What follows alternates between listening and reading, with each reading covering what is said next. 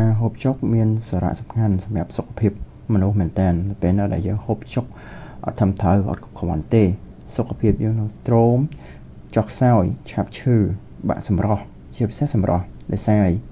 នៅពេលណាដែលម្ហូបមានសារធាតុចិញ្ចឹមគ្រប់គ្រាន់ជាពិសេសជាតិសាច់វាធ្វើឲ្យស្បែកយើងស្អាតព្រោះរកកោសិកាសក់ស្បែកសាច់ដុំអីទាំងអស់ហ្នឹងវាត្រូវការជាតិសាច់ដើម្បីសង្យកចឹងនៅពេលណាដែលយើងហូបអាហារដែលមានសារធាតុចិញ្ចឹមគ្រប់គ្រាន់ជាតិសាច់គ្រប់គ្រាន់វាធ្វើឲ្យសម្រស់យើងស្អាតផូរផង់យើងមិនចាំទៅប្រើ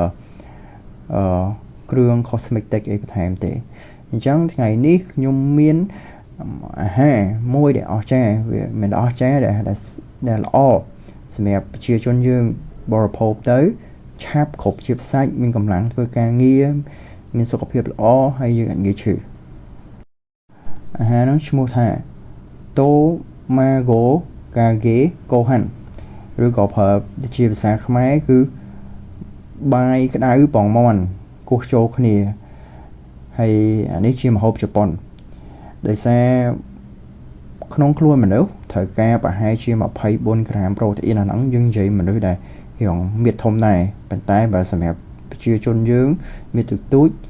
យើងត្រូវការប្រហែលជា2-10ក្រាមប្រូតេអ៊ីនអីទេអញ្ចឹងពងមាន់មួយគ្រាប់មាន6ក្រាមប្រូតេអ៊ីនយើងញ៉ាំបាយហ្នឹងជាមួយពងមាន់មួយគ្រាប់បាយក្តៅហ្នឹងគោះចូលគ្នាទៅ2គ្រាប់ទៅយើងគ្រប់ជាតិសាច់ហើយសម្រាប់មនុស្សស្រីឬក៏មនុស្សប្រុសយើងមានមធ្យមអីហ្នឹងអញ្ចឹងធ្វើឲ្យយើងមានកម្លាំងល្អសុខភាពល្អមានជាតិសាច់គ្រប់គ្រាន់យើងអាចងាយឈឺយើងធ្វើការបានច្រើនចំណូលបានហើយបានសម្រស់ទៀតព្រោះជាតិសាច់ទាំងអស់ហ្នឹងវានឹងទៅបំលែងជាកោសិកាស្បែកសក់អញ្ចឹងយើងមានសុខភាពល្អហើយសម្រស់ល្អទៀត